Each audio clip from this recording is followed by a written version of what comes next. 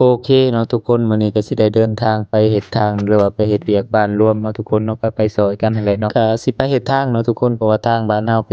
ช่วงเวลาฤดูฝนเนาะทุกคนเพิ่นบอกว่ามาตะโฮมอยู่วัดพอฮอดวัดแล้วบ่มีไผเนาะทุกคนก็เลยเพิ่นว่าอยู่นอกพี่น้องก็เลยพากันย่างออกนอกเนาะทุกคนเฮาลงมาก็สิสวยๆนี่เนาะทุกคนเพราะว่าหมู่เริ่มเฮ็ดแล้วแต่ว่าเฮากำลังลงมาเพราะว่าหาก็กินข้าวแล้วก็ลงมาเนาะทุกคนเนาะแต่ก็บ่เป็นหยังมาช้าใครกว่าบ่มาเนาะทุกคนก็ยังได้เฮ็ดเวียกนำหมู่คือเก่าก็สิประมาณนี้แหละแปลงทางที่มันเปเนาะทุกคนเอาดินมาถมเนี่ยจักหน่อยหนึงเนาะทุกคนเพราะว่าทางเฮาสะดวกทางไปหั้นนะเนาะคลิปที่เฮาเฮ็ดมื้อนี้ก็สิเป็นเฮ็ดคลิปสั้นๆหรือว่าคร่าวๆเนาะทุกคนฟ้าวเฮ็ดนะเพราะว่าให้ได้ซอยเวียกหมู่ไปนำเนาะก็บ่ได้ถ่ายหมดดอกเนาะทุกคนมันก็สิมีพวกคนดินคือกันเนี่ยแต่ว่าเฮาบ่ได้ไปถ่ายเอาเนาะทุกคนเพราะว่าเฮาเป็นผู้สาดินอยู่นี่นะก็เลยถ่ายเอา